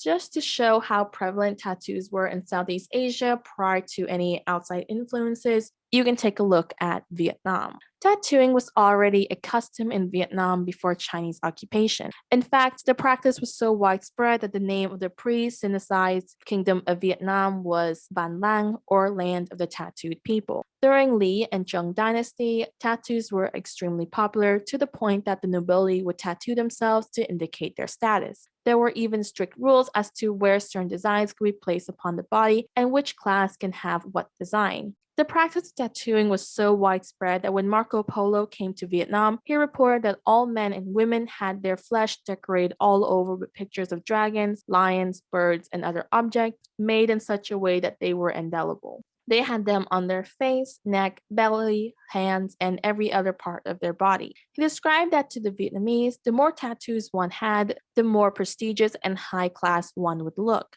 The tattoo culture of Vietnam did not completely change from Vietnamese customs until after the Ming occupation. To the Chinese, tattoos were only for prisoners, and it was disrespectful to the body your parents gave, a belief stemming from Confucianism. This idea became widespread after the Ming invasion and stayed with Vietnamese ideals until the end of the monarchy. Similar to jewelry, this was again a missed opportunity in showing the long and diverse tattoo culture of Southeast Asia. So, the purple debate.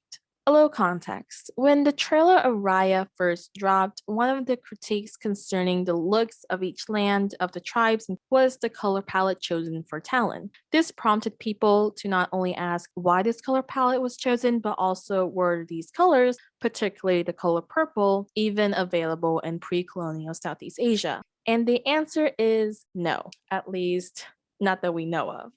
The reason for this is not only was it hard to naturally obtain a purple dye back then, but that there are no historical records that indicated that the dye of the color purple we know today was available in pre-colonial Southeast Asia. Now, I say the color purple we know today because when people think of purple, they think of royal purple, which could be obtained by extracting the color from Murex sea snails found in the Mediterranean Sea. Since this color was so hard to obtain, the dye was more associated and available to the European nobility. One technique of getting a purple dye was to mix a blue dye, such as woad or indigo, with a red dye, such as madder, in order to get purple. China and Japan were also able to naturally obtain a purple dye color by using the Cromwell route, or known as murasaki in Japan.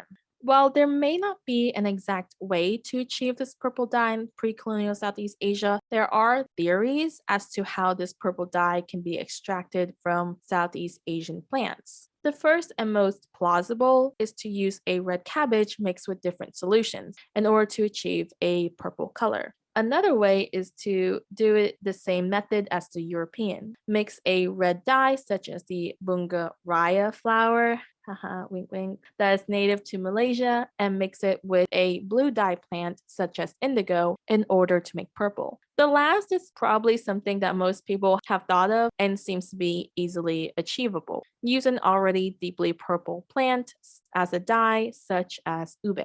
Now, I say purple because according to a lot of sites reporting about the film, they refer to the people of Talon as wearing predominantly purple. And when looking at Disney's Discovering Kumandra, they use purple as the color choice for the section on Talon. Early designs of the tail guards are seen wearing purple as well. However, it also seems as though the early color palette of Talon was more earth-toned, which was then switched over to the bright neon colors so that Talon won't be confused with tail. Therefore, I say that the core or main color of Talon is purple based on what was shown, but with pinks, magentas, greens, and so on also being used. That being said, the colors of Talon can be seen more as pink than purple. Pink dye was available in pre-colonial Southeast Asia. The thing about obtaining a pink dye, however, is that pink isn't a natural color, at least when it comes to dye. For example, if you use a red pigment like madder, you'd have to use a binding agent like egg whites in order to create a shade of pink. One method that I found in order to obtain the pink color used in the film is from Lao. Boiling together the roots of the sappan tree and rust from iron, a bright pink dye color can be created. Was Raya supposed to be a sci-fi movie? I ask this question because early concept arts show the setting of the film to be set in a post-apocalyptic sci-fi world, with Raya fighting robotic monsters and Namaari having a robotic arm. For whatever reasons, this was scrapped, but I wonder if certain features of this idea managed to live on in the final production, notably with Chief Verana's dress. First thing, it's not a back dress, and I do like how the cut of the layer of the dress is supposed to resemble a flower. It also fits in with the whole Fang ideology of having the royal family wear different clothing than the other citizens, and the lines on the dress does follow the geometric designs of Fang's architecture. But from my personal opinion, Chief Verana's dress stands out a bit too much. I think it's because her design makes her look more futuristic as seen in these examples. If you were to place her in Star Wars or Star Trek, I wouldn't bat an eye because her look fits in with the whole sci-fi space aesthetic. But Raya is not that. Raya is more grounded in magic and nature than anything else. So it's just very jarring to see Verana dress futuristic when even her own daughter doesn't wear anything like her design aesthetic. But arguably, the biggest issue with the fashion of Raya was that it was just boring. There's nothing to write home about when it comes to the fashion in this film. Nothing about the clothing seen in Raya made me or anyone else excited. It was just so lackluster. Other than the individual color palettes for each land, the vibrancy and flair of Southeast Asian clothing is missing. Not to mention that since the film itself is just this hodgepodge of Southeast Asian cultures mixed together, it's not surprising that none of the clothing and patterns used were distinctive enough that we, as Southeast Asians, could even identify. Because other than spine, all of them look the same. If you switch to colors of heart and talon, I wouldn't have been able to tell the difference. There's hundreds of years of historical clothing variations that Raya could have pulled from each country, and they didn't utilize any of that. It would have been better if the movie had just given one or two Southeast Asian cultures to each land in Kumandra, so that it would have been nicer to see a complete look rather than little Easter eggs here and there. And within the fantasy genre of the film, the design team could have taken some artistic liberties when it comes to the fashion to create some amazing and fantastical looks. At the end of the day, no matter how much we break it down, no matter how much we try to rationalize the decisions when it comes to the designs, there's no denying the fact that the fashion in Raya and the Last Dragon was just unbelievably underwhelming. If the researchers for Raya had looked at the various fantasies made by and/or from Southeast Asia, they would have found a treasure trove of inspirations for the designs, ranging from movies, TV shows, comics, video games, music videos, artists, and so on and so forth, that it would help them not only see how diverse Southeast Asian clothing is, but also the possibility of utilizing it for the fantasy genre of Raya to create fantastic and unique looks while still making it distinctly Southeast Asian. Which leads me to restyling Kumandra. First off, please understand that this is just my own view interpretations on how to restyle Kumandra. This section serves as how it would have been possible to design clothing for each land in the movie that made them all unique from each other while still utilizing Southeast Asian designs and aesthetics. So just a couple of criteria I set up for myself. I'm going in with the mindset that I'm part of the costume design team for Raya rather than the one in charge. So I have to stick with the original design language of the film. So using the color palette, the overall aesthetics for each land, that has to somehow be incorporated in the restyling. Each land has to look different from one another. And by this, they have to at least have a semi-distinct look to them that you can look at, say, the silhouette of a Fang woman and tell that she is from Fang. So I'm going to give the extra effort and try to give my reasoning for my styling decisions. For example, I can't give Tail a whole bunch of gold jewelry when it's been stated that most of the things in Tail are a bit more on the DIY side. So even if the people do have gold accessories, they wouldn't be swamped in it unless they're nobility. Keep in mind that Raya is still an animated fantasy film, and so it should have at least unique looks that fits within its setting rather than finding real life images online and copy paste it for the film. The issue with that is that I am not a particularly good artist, so the real life images and looks that I'm using are more like inspirations. Think of this as a big fashion mood board for Kumandra. So let's begin with Fang. For Fang, the first thing I would focus on is the silhouette. Because Fang is described as being so rigid, I would make the silhouette fashion be very form-fitting and very structured to kind of give this air of being both strict and uptight. Since they are the only land we know in the movie that has a structured military, as seen with the title General and General Atitaya, I would put them as having a stronger military garb, so for example, some armor and helmets. One small detail I think would have been cool was to have them wear what we saw them in the film, which is very simple, and then 5 years later, the citizens of Fang are noticeably in much finer outfits decked out in gold.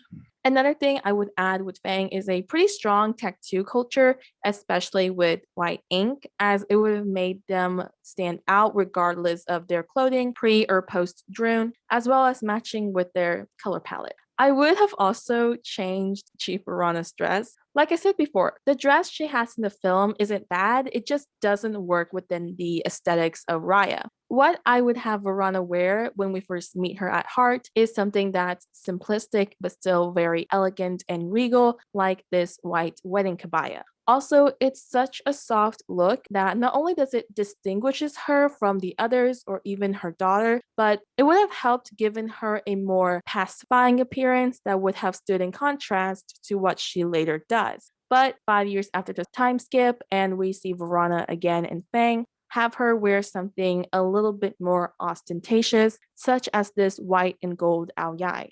I chose this ao dai because silhouette-wise, it reminds me of the dress Verona has, where it's fitted in the upper half and flows down in the bottom half. And with all the gold colored detailings on the dress, it would help signify just how much wealth and growth Fang went through now that they possessed the dragon gem. It would also be a nice visual parallel as to how in the beginning of the film, Chief Venja was the one that wore gold on his formal attire, but Chief Verona was not able to, and now that she can have gold on hers with the dragon gem. Plus, it's been 5 years. Surely the chief of Fang could have a new outfit. Fun fact, Kelly Marie Tran wore a black and gold ao dai to the virtual Raya and the Last Dragon red carpet photo shoot. Her ao dai was designed by Tai Nguyen, who is also a designer for Paris by Night. And I just want to say that Kelly's ao dai is so extravagant and glamorous, and she looks absolutely beautiful in it. I also appreciate that she found a Vietnamese designer to design a traditional Vietnamese garment to wear to the red carpet of the first Southeast Asian princess. It's just very nice. A little note about the ao dai. In the past, there's been this trend of non-Vietnamese people wearing the ao dai without pants underneath, and I'm just here to tell you that they look friggin' ugly. When you wear the ao dai, you have to wear the pants underneath, or even the skirt, that's fine, but you have to wear something underneath it. The reason for this is that the slits on both sides goes up all the way to your waist. And without the pants, you are showing your entire private area to the world. I don't understand the delusion on why people think they look hot when they don't wear the pants underneath, because they don't. Without the pants, their legs look like chicken thighs flapping between sheets of curtains whenever they move. It's not a good look, I promise you. Just wear the pants. This is just a bullet point summary of what I said and also a visual representation of what textiles and patterns I would use. For Fang, I stuck with the textile patterns from Lao. Now we move on to Raya's home. Compared to Fang, Heart's silhouette is more loose. The clothing of Heart has more drapings and layerings, giving the people a flowy look similar to that of Water. And because they are canonically better off than the rest of Kumandra, this would be represented in their clothing. More jewelry, more gold, more beadwork. From the images I've seen for the textiles from Heart, it isn't bad, though I do wish that they stuck to a clear textile design, so I stuck with batik for Heart rather than the others. Next is the port city of Talon. Because Talon is a port city, I tried to add in minor elements of the other lands to symbolize the history of trade they had, perhaps up until the Drunes arrived. But overall, I do like the idea of Talon being in this weird dichotomy of being a city full of fishermen and even farmers who dress simplistically against relatively wealthy merchants that are able to spend a little bit more on their clothing and can go extravagant. I don't know. I just think that would have been such an interesting contrast to see. I do see Talon's jewelry being more beadwork, so beaded necklaces, bracelets, etc., to give it an almost handmade feel. In terms of fabric, I personally like the vibrancy of Yukon textiles, but also like to think that Talon does dabble in silk, particularly lotus silk. Now we go to the snowy lands of Spine. For Spine, I went for a much more noticeable look that's based off of the various Hmong groups across Southeast Asia, since they tend to live in much colder climates, so their clothing has to be built for that, and Spine is the only land that has a cold climate.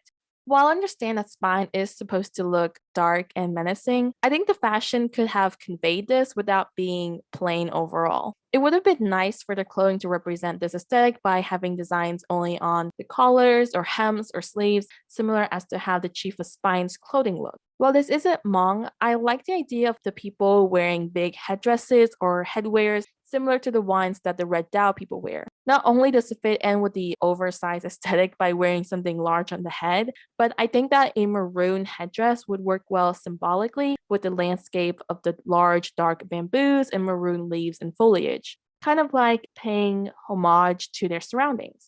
In terms of jewelry, unlike the other lands, I would use silver as it would stand out against their dark clothing. As for textiles, I would stick with Hmong embroidery and weaving as well. Finally, we end up at the desert plains of Tail. Tail put me in kind of a tight spot. One reason for this is because of the environment. Deserts aren't really a norm in Southeast Asia, so there's nothing I can realistically base it off of. So I opted for finding clothing from each country that tends to cover more skin instead, or have people wear shawls or some outerwear. The reason for this is because people that live in deserts tend to wear loose-fitting clothing with layers to keep the sweat from evaporating too quickly so that they can conserve moisture and keep the body cool and hydrated. Because we did see water buffaloes in Tail, even though they don't live in hot, dry areas, I think it would have been a nice gesture to have something like the kaibok from Timor-Leste worn by the Tail chief to signify their royal status and pay homage to the water buffaloes seen in the land. Admittedly, I don't have a lot for Tail, and the reason for this is because when we arrived in Tail, it was mostly deserted, as it hasn't been occupied by people in a while. Because we've already seen someone from Tail wear the pattern, I put Tail as having textiles based off of the Lune Okshek. And I think it's pretty cool that the wavy patterns are kind of reminiscent of heat waves, fitting in with the hot desert environment. Some final notes, not only in terms of the fashion, but just of the film as a whole. The reason why I personally find it necessary to do all of this is because to me, Southeast Asian traditional clothing is really pretty. Each country's traditional clothing is absolutely beautiful and unique, but it's such a shame that people outside of the region don't know anything about Southeast Asia, let alone the cultural clothing. Actually, no, scratch that. Even Southeast Asians don't know anything about other Southeast Asians' clothing, I promise you. But whether you like to admit it or not, Disney has a lot of power and outreach. If Disney were to at least properly do the fashion and jewelry of Southeast Asia and Raya, it would have been a great introduction for people to get invested in Southeast Asian clothing, and that might lead to more interest in the field of study for cultural and historical clothing in these regions, because a lot of these traditional forms of clothing or manufacturing of fabrics are slowly fading away, or there's a slow process to bring them back. And also, speaking from a diasporic point of view, clothing helps support a reconnection with our roots, especially if you're a diaspora, because there's something about fashion that's just a little bit more tangible and long lasting, as well as being very visually appealing to the eye. Other than just the fashion alone, I personally had very, very, very low expectations when it came to Raya. I will be honest though and say that the film was semi-enjoyable, but it really was just surface level rep for Southeast Asians. And yeah, that's partially due to Disney mashing all of the cultures into this one fantastical melting pot. That being said, if any Southeast Asians felt represented and seen by this movie, then that's really great. And I am truly happy for them, because this is the first Disney princess film featuring a Southeast Asian princess and took explicit inspirations from Southeast Asian cultures. But from my personal point of view, it really did feel like this movie was trying hard to appease to Southeast Asians as much as possible with these little Easter eggs of our cultures, but nothing extremely explicit so they can have this sort of umbrella feel. Like you can say this textile is clearly from Indonesia, but oh look, it can be from Vietnam or Thailand, or wait, maybe it's the Philippines. It's kind of like that. I feel like if they had focused on one specific country or even 3 countries max, rather than try to tackle all of Southeast Asia, it might have felt more genuine, I guess. But that's just me.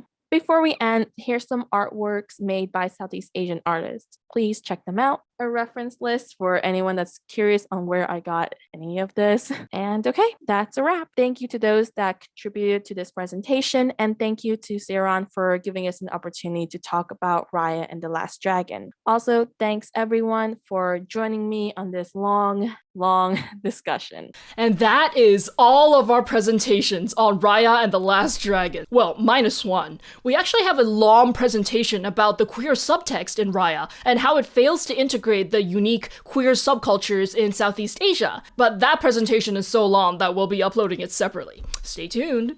Once again, I am so proud of this collaboration, and thank you for watching it if you have stuck around through this entire thing. I hope that you have learned as much about Southeast Asia as I did. Well, definitely more than you would have learned from Raya the movie, anyway. All proceeds from this video will be going towards Southeast Asian charities, which you can also support independently.